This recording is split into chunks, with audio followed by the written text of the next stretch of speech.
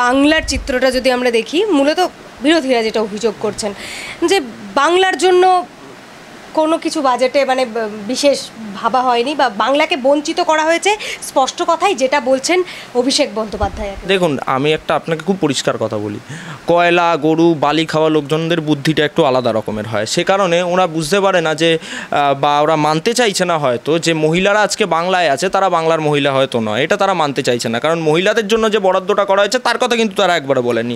আজকে যে ইউথ সেক্টরের জন্য যে বরাদ্দ করা হয়েছে তার কথা কিন্তু বলেনি। আজকে যে কলকাতা অমৃতসর ইন্ডাস্ট্রিয়াল করিডোরের কথা হয়েছে তার কথা কিন্তু ওরা বলেনি। দেখুন, বিষয়টা হচ্ছে এজেন্ডা ওদের একটাই, এখন মমতা বন্দ্যোপাধ্যায় বাংলার আরেকটা সুরবর্দী হতে চাইছে। সে কারণেই বাংলায় এখন একটা পৃথক সংবিধান চলে, তৃণমূলের সংবিধান চলে। তো সে কারণেই তাদের মনে হচ্ছে যে এই যে বাজেটে বরাদ্দ করা হয়েছে সেটা তাদের জন্য হয়তো করা হয়নি। এই বাজেটটা যদি নির্মলা সীতারামনের জায়গায় মমতা বন্দ্যোপাধ্যায় দাঁড়িয়ে বলতে পারতো, হ্যাঁ আমাদের 98,000 কোটি টাকা দিন, এই কোটি টাকা আমাদের চাই, কিন্তু তার জন্য বা এই 100 দিনের কাজের জন্য আমরা কোনো ইউটিলাইজেশন সার্টিফিকেট দেবো না, আমাদের সেই জন্য টাকা চাই, ওটা বললে হয়তো তৃণমূল কংগ্রেসের নেতারা খুশি হতো এবং সেই জায়গায় দাঁড়িয়ে তারা বলতো না বাজেটটা সত্যি ভালো হয়েছে। একদমই তৃণমূলের মূলত অভিষেক বন্দ্যোপাধ্যায়ের সেটাই বক্তব্য যে 100 দিনের কাজের টাকা এখনও দেওয়া হচ্ছে না এবং এইভাবেই মানে ক্রমাগতভাবে বাংলাকে বঞ্চনা করে যাচ্ছে। আমি পরবর্তী আসছি, আগে এটার না দেখুন, 100 দিনের কাজের টাকা দেওয়া হচ্ছে না সেটা আজকে নয়, একাধিকবার ভারতীয় জনতা পার্টির পক্ষ থেকে বলা হয়েছে যে আপনারা ইউসিটা দিন। তারা তো ইউটিলাইজেশন সার্টিফিকেট দিতে পারেনি, তিনটে চিফ সেক্রেটারি পাল্টে গেল, আলাপন বন্দ্যোপাধ্যায়, হরিকৃষ্ণ দ্বিবেদী, এখন বিপি গোপালিকা এখনও পর্যন্ত প্রডিউস করতে পারেনি। তাহলে আপনি আমায় একটা খুব পরিষ্কার কথা বলুন, তারা তো 21-22 অর্থবর্ষের জন্য সেই টাকা পেয়েছিল, মানে তখন যেটা তারা কেন্দ্র সরকারের কাছে 100 দিনের টাকার কথা বলছে সেই সময় তাদের জন্য টাকা বরাদ্দ করা হয়েছিল। তাহলে কেন তার পরবর্তীকালে তাদের জন্য টাকাটা বরাদ্দ করা হচ্ছে না, এটা তো তাদের বুঝতে হবে। তারা যদি ইউটিলাইজেশন সার্টিফিকেটটা সময়ের মতো দিয়ে দেয়, তাদের জন্য তো সাধ্বী নিরঞ্জন জ্যোতিজি অর্থাৎ গ্রামোন্নয়ন মন্ত্রী নিজে বসতে চেয়েছিল। কিন্তু এখন যদি তৃণমূল কংগ্রেস মনে করে দিল্লিতে তাদের এখানকার পার্টি অফিসের মতো হয়ে যাবে, তখন তো তারা আর আলোচনা করবে না। কারণ তাদের একটা প্রতিনিধি দল পাঠানোর কথা ছিল, সেই প্রতিনিধি দল যাওয়ার জায়গায় দেখতে পেলাম এখানকার 15-16 বছরের ভুয়ো জব কার্ড হোল্ডাররা ওখানে গিয়ে পৌঁছে গেছে। তো আপনি আমার একটা কথা বলুন, সবারই তো একটা সিস্টেম আছে, সবটাই তো তৃণমূলের লুচ্চালাপাঙ্গারদের জায়গা না, সবটাই তো তৃণমূলের পার্টি অফিসের জায়গা না, সবটাই তো ওই কুণাল ঘোষ আর সুদীপ বন্দ্যোপাধ্যায়ের রিলেশন নয়। তো আপনাকে সেই জায়গায় দাঁড়িয়ে বুঝতে হবে যে সব কিছু একটা সিস্টেমের মাধ্যমে হয়। সেই সিস্টেম যদি তৃণমূল কংগ্রেস ফলো করতো নিশ্চয়ই পেতো, পরবর্তীকালে তাদের জন্য অলরেডি টাকা বরাদ্দ করা হয়েছে কেন্দ্র সরকারের পক্ষ থেকে। তৃণমূল সাংসদ কল্যাণ বন্দ্যোপাধ্যায় যেটা বলছেন যে বাংলাকে বঞ্চনা করার কথা তো আমি বললামই, যে বাংলাকে বঞ্চিত করা হচ্ছে এটাই তারা বলছেন এবং এই কারণে বাংলা থেকে বিজেপি ধুয়ে মুছে সাফ হয়ে যাবে, এটা তার বক্তব্য। দেখুন, বাংলা থেকে বিজেপি ধুয়ে মুছে সাফ হয়ে যাবে কিনা সেটা কল্যাণ বন্দ্যোপাধ্যায় ঠিক করবেন না, কিংবা সেটা তৃণমূল কংগ্রেস ঠিক করবেন না। কারণ কল্যাণ বন্দ্যোপাধ্যায়ের জানা উচিত যে কল্যাণ বন্দ্যোপাধ্যায়ের দলের আসন সংখ্যা হচ্ছে 29 এবং সেটা কিন্তু 50-এর নিরিখেও না, 100-র নিরিখেও না, সেটা কিন্তু 543-এর নিরিখে। এবং তাদের জোট শরিক রাহুল গান্ধীরও মাথায় রাখা উচিত যে তাদের সিট সংখ্যা 99, সেটা কিন্তু 100-তে না, সেটা কিন্তু 543-এ। এবং সমস্ত জোট শরিকদের মাথায় রাখা উচিত যে তাদের সিট সংখ্যা কিন্তু টোটাল 233, কিন্তু ভারতীয় জনতা পার্টি কিন্তু একা 240। এবং আপনাকে খুব সিগনিফিকেন্টলি একটা জিনিস বুঝতে হবে, এই যে বিজেপি ধুয়ে মুছে সাফ হয়ে যাবে বলছে, এই যে নরেন্দ্র মোদীকে কটাক্ষের তীর ছুড়ে দিচ্ছে, জওহরলাল নেহরু কিন্তু 3-3বার প্রধানমন্ত্রী হয়েছিল, এটা তারা বলছে। কিন্তু আপনাকে একটা জিনিস বুঝতে হবে, জওহরলাল নেহরু যখন প্রথমবারের জন্য প্রধানমন্ত্রী হয় তিনি কিন্তু ভোটাভুটির মাধ্যমে প্রধানমন্ত্রী হননি, তিনি কিন্তু মহাত্মা গান্ধীর ইচ্ছায় সেদিন প্রধানমন্ত্রী হয়েছিলেন। কিন্তু নরেন্দ্র মোদী যে একমাত্র নেতা যিনি ভারতবর্ষের গণতান্ত্রিক অবস্থানের ওপর দাঁড়িয়ে মানুষের রায় 3-3বার দলীয় অবস্থান থেকে প্রধানমন্ত্রী হয়েছেন। তাই এটা কিন্তু কল্যাণ বন্দ্যোপাধ্যায় ঠিক করে দেবেন না, কিংবা মমতা বন্দ্যোপাধ্যায় ঠিক করে দেবেন না যে বিজেপি ধুয়ে মুছে সাফ হয়ে যাবে কিনা। কারণ ভারতীয় জনতা পার্টি কিন্তু এই মাটিতে 39% ভোট পেয়েছে, এটা তাদের মনে রাখতে হবে। কিন্তু এখন দেখুন, তৃণমূল কংগ্রেসের বিষয়টা যেটা হয়ে দাঁড়িয়েছে, দুর্নীতির দায়ে জর্জরিত মানুষকে। দেখুন, তৃণমূল কংগ্রেস বলছে আমরা বঞ্চিত হচ্ছি, কিন্তু মানুষ বলছে আমরা রাজ্য সরকারের থেকে বঞ্চিত হচ্ছি। তাহলে আপনি আমার একটা কথা বলুন, যদি মানুষ এই বঞ্চনাটা বুঝতেই পারতো তাহলে তো 39 মানুষ ভারতীয় জনতা পার্টির পক্ষে রায় দিত না, তাহলে তো 9% মানুষেরও রায় দেওয়ার কথা ছিল না। তাহলে কেন এই রায়টা হলো? তার মানে বিষয়টা এমনটাই হয়ে দাঁড়িয়েছে যে মমতা বন্দ্যোপাধ্যায় নিজের 26-এর লড়াইয়ে নিজের অস্তিত্ব বাঁচানোর ভয় এবং তার সাথে সাথে অভিষেক বন্দ্যোপাধ্যায় এবং পুরো দল তাদের অস্তিত্ব বাঁচানোর ভয় এখন এইসব কথাগুলো বলে যতটা মানুষের কাছে প্রাসঙ্গিক থাকা যায়, কারণ 26-এর নির্বাচনে তাদের যে বিদায় ঘণ্টা বাজতে চলেছে এটা অবশ্যম্ভাবী।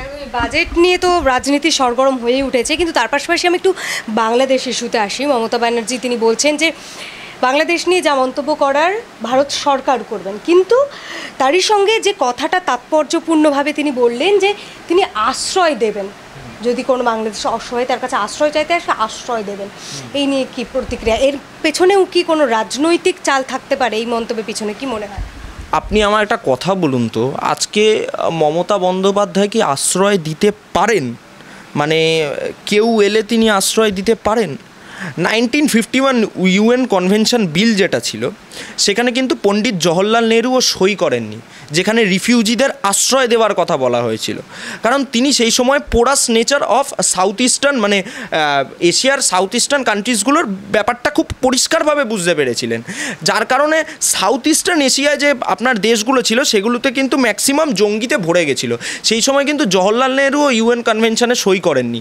কিন্তু মমতা বন্দ্যোপাধ্যায় যদি এখন নিজেকে মনে করে তিনি ভারত সরকারের ঊর্ধ্বে উঠে গেছে, তিনি মানে সংবিধানের মাথায় বসে আছেন, তাহলে মমতা বন্দ্যোপাধ্যায় কথা বলতে পারেন। কারণ 2013 সালে ভারত সরকার কিন্তু বলেছিল, এই রাজ্য সরকারকে বলেছিল যে খাগড়াগড়ে এবং 58টা ইল্লিগাল মাদ্রাসা, সীমান্তবর্তী মাদ্রাসায় কিন্তু এই জামাতি কানেকশন বাড়ছে।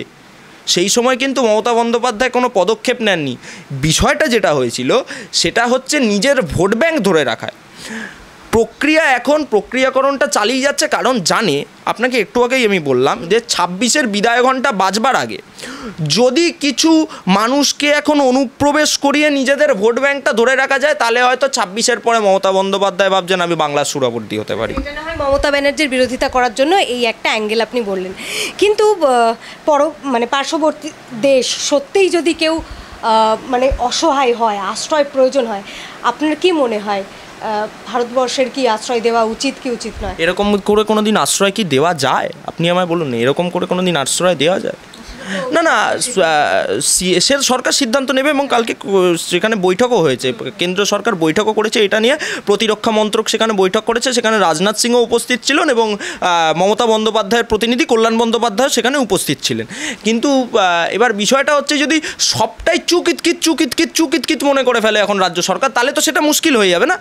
এবার বিষয়টা হচ্ছে, দেখুন, আমরা পরিষ্কার যে অবস্থানের ওপর দাঁড়িয়েছিলাম যে এবং মমতা বন্দ্যোপাধ্যায় বারবার সিএর বিরোধিতা করে এসেছিল, কারণ আপনাকে আমি প্রথম থেকেই বললাম যে এই অনুপ্রবেশকারীদের নিয়েই মমতা বন্দ্যোপাধ্যায়ের সরকার হয়েছে, কারণ এরাই এই জামাত নেতা ইমরানকে কিন্তু রাজ্যসভায় পাঠিয়েছিল এই মমতা বন্দ্যোপাধ্যায়ের সরকার। তো আমি সে কারণেই আপনাকে বলি, এখানে মমতা বন্দ্যোপাধ্যায় জানে যেমন জল ছাড়া মাছ বাঁচে না, তেমন অনুপ্রবেশ ছাড়া সরকার বাঁচবে না, এটা মমতা বন্দ্যোপাধ্যায় বুঝতে পেরে গেছে। বিজেপি মুখপাত্র হিসেবে তাহলে বাংলাদেশের ছাত্র আন্দোলনটা কিভাবে দেখেন? দেখুন, আপনাকে খুব পরিষ্কার কথা বলি, যদি ছাত্ররা সেখানে আন্দোলন করতো তাহলে একটা কথা ছিল, কিন্তু এটা হচ্ছে ছাত্র আন্দোলনের নামে পরিষ্কার দেশবিরোধী প্রো ইসলামিক আন্দোলন চলছে, সেখানে রাজাকার বাহিনীর আন্দোলন চলছে সেখানে। কারণ আজকে যে ইস্যু নিয়ে সেখানে আন্দোলন হচ্ছে, আপনি আমায় একটা কথা বলুন, সেখানে সংরক্ষণ ছিল প্রথমে 56% ছিল, পরবর্তীকালে 30% সংরক্ষণ হয়েছে। এইবার তারা যে ইস্যুটা নিয়ে সুপ্রিম কোর্টে গেল এবং যার ভিত্তিতে 7% নেমে এলো, সেখানে আমরা দেখলাম সেখানে পরিষ্কার তারা উল্লেখ করলো হাদিস। সেই হাদিসে কি লেখা আছে যে কোনো নারীকে আপনি ক্ষমতায় রাখতে পারবেন না, কোনো নারীকে শাসন ক্ষমতায় আপনি রাখতে পারবেন না। আপনিও তো নারী, আপনি কি এটাই সমর্থন করবেন কোনো দিন? নিশ্চয়ই করবেন না। এবং এই ধরুন যারা মুক্তিযোদ্ধা ছিল, সুপ্রিম কোর্ট কিন্তু বলেছিল এই মুক্তিযোদ্ধার 30 লাখের মধ্যে 26 লাখ হচ্ছে সেখানে বাঙালি হিন্দু, এবং এদের লড়াই হচ্ছে সেই বাঙালি হিন্দুর বিরুদ্ধে। এটা ছাত্র আন্দোলন নয়, এটা আন্তর্জাতিক শক্তির প্ররোচনায় পা দিয়ে। এবং দেখুন যে আপনার কি বলে রেলওয়ে কানেকশান যেটা তৈরি হয়েছে আজকে, মানে ইন্ডিয়া থেকে বাংলাদেশ হয়ে যে নর্থ ইস্টার্ন স্টেটসগুলোতে যে রেলওয়ে কানেকশান তৈরি হচ্ছে, সেই রেলওয়ে কানেকশানের বিরোধী হচ্ছে চীন। তার কারণ ওদের টার্গেট হচ্ছে ওরা আসাম, এবং দেখুন অলরেডি সেখানে একটা অলরেডি চীন কমিউনিস্ট রাজ্য, এবং মায়ানমারেও কিন্তু কমিউনিস্ট শাসন চলছে। তো এদের বিষয়টা হচ্ছে এখন এরা সবাই মিলে নর্থ ইস্টার্ন স্টেটগুলোকে নিজের গ্রিপে এনে ভারতে আক্রমণ করবে, এই জন্য এই প্ররোচনায় ফেলেছে এই বাংলাদেশের যারা ছেলেপিলেরা আছে তাদেরকে প্ররোচনায় ফেলেছে এবং সেই প্ররোচনায় তারা পা দিয়েছে। এবং আপনারা দেখতে পাচ্ছেন সেখানে কি পরিস্থিতি হয়ে দাঁড়িয়েছে। আমি বাংলাদেশ সরকার কিংবা শেখ হাসিনার সরকারের কাছে একটাই অনুরোধ জানাবো যে ভারতের যারা ছাত্রছাত্রীরা আছে তারা যাতে সুস্থভাবে এই ভারতের মাটিতে ফিরে আসে, কারণ এই আন্দোলনকে আমরা কোনোভাবে সমর্থন করি না যেখানে মানে স্লোগান উঠছে যে ছাত্র যদি মানে আপনার যেখানে স্লোগান উঠছে যে হাতে যাদের লাল তাগা তাদের বাংলা থেকে ভাগা। আপনি আমায় এই পরিষ্কার কথাটার উত্তর দিন না, এই পরিষ্কার কথাটার উত্তর দিন। তো এইখান থেকে কি উঠে আসছে, এখান থেকে আমরা কি বুঝতে পারছি? জনজাতিকে ছাত্র আন্দোলন কম, এটা ভারত বিরোধী আন্দোলন বেশি। হ্যাঁ, খুব স্বাভাবিক, এটা তো পরিষ্কার বোঝা যাচ্ছে। জনজাতি ছিল 5%, সেটাকে নামিয়ে নিয়ে চলে এলো 1%। তো এখান থেকে তো পরিষ্কার নারীদের যেটা তো তাদের যেটা প্রতিবাদ যে মুক্তিযোদ্ধাদের যে কোটাটা আছে, যে সংরক্ষণটা আছে, সেটা তারা চাইছে না, সেটা সংস্কারের দাবি করছে। তো আমার কথা হচ্ছে আমি সব বুঝতে পারলাম, এই শেখ হাসিনার সরকারই তো 18 সালে স্ট্রাক ডাউন করেছিল, তাহলে তার বিরুদ্ধে কেন আবার আন্দোলন শুরু করলো? আজকে হাইকোর্টে কিন্তু আবার রায়ে সেটা কিন্তু সরকারের যে সিদ্ধান্ত সেটা কিন্তু পুনর্বহাল লাভ ছিল না, সেই জন্যই তারা সেটার আবার প্রতিবাদ। হ্যাঁ, তাহলে আপনি আমায় বলুন যে ওইখানে তাহলে এই স্লোগান কেন উঠলো যে ট্রেন চলবে কার ইন্ডিয়ার আমরা মানছি না মানবো না, এই স্লোগান বাংলাদেশ কেন তুললো? আমার একটা কথা বলুন, যদি ছাত্র আন্দোলন হয় তাহলে সেখানে ছাত্র ইস্যু থাকবে, ঠিক আছে, তাহলে সেইখানে ট্রেন চলবে কার ইন্ডিয়ার মানছি না মানবো না এই স্লোগান কেন উঠবে? ভারতীয় অ্যাগ্রেশন মানছি না মানবো না এই স্লোগান কেন উঠবে? আপনি আমায় এই পরিষ্কার মানে এই শব্দ চয়নের উত্তরগুলো আমায় দিন। তো সেখান থেকে তো পরিষ্কার হয়ে যাচ্ছে এটা কারা আন্দোলন চালাচ্ছে, কিভাবে আন্দোলন সংগঠিত হয়েছে, এখান থেকে তো পরিষ্কার হয়ে যাচ্ছে।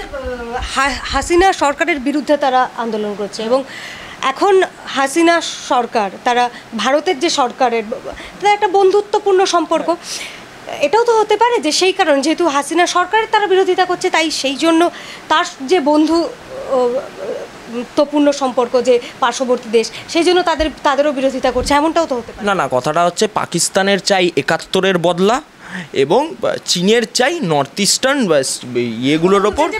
এই আন্দোলনের মধ্যে পাকিস্তান এবং চীনেরও একটা আসলে কন্ট্রিবিউশন রয়েছে। হ্যাঁ, অবশ্যই, নত তারা ফান্ডিং পাচ্ছে কি করে, তারা এই আন্দোলন চালিয়ে যাচ্ছে কি করে? তারা দেখুন, আমি বলবো না যে কোনো মৃত্যুই খুব কষ্টদায়ক এবং খুব খারাপ লাগে, কিন্তু আমার কথা হচ্ছে আজকে এতগুলো ছাত্র মারা যাবার পরেও সেখানে আন্দোলন কিভাবে চলছে এরমভাবে, তার মানে নিশ্চয়ই কোনো আন্তর্জাতিক শক্তির এখানে হাত আছে, এটাই পরিষ্কার হয়ে যাচ্ছে, বারবার পরিষ্কার হয়ে যাচ্ছে। তো এখানে তো আমাদের আলাদা করে বলবার কিছু নেই, আমরা এই আন্দোলনের বিরোধী, কারণ এখানে জামাতি শক্তি কায়েম করা হচ্ছে বারবার, এখানে সেকুলারিজমের নামে। আজকে দেখুন না, এই রাস্তায় আমাদের কলকাতার রাস্তায় নেমে পড়েছিল কিছু লাল বাঁদরগুলো, তারা নেমে এখানে লাফাচ্ছিল। আমার কথা হচ্ছে যারা মানে এই যে সেকুলারিজম করে লাফায়, তাহলে তারা ওই জামাতি শক্তি, ওই প্রো ইসলামিক শক্তির পক্ষে কেন সেখানে বারবার সেটাকে সমর্থন জানাচ্ছে? তার উত্তর তারা দেবে।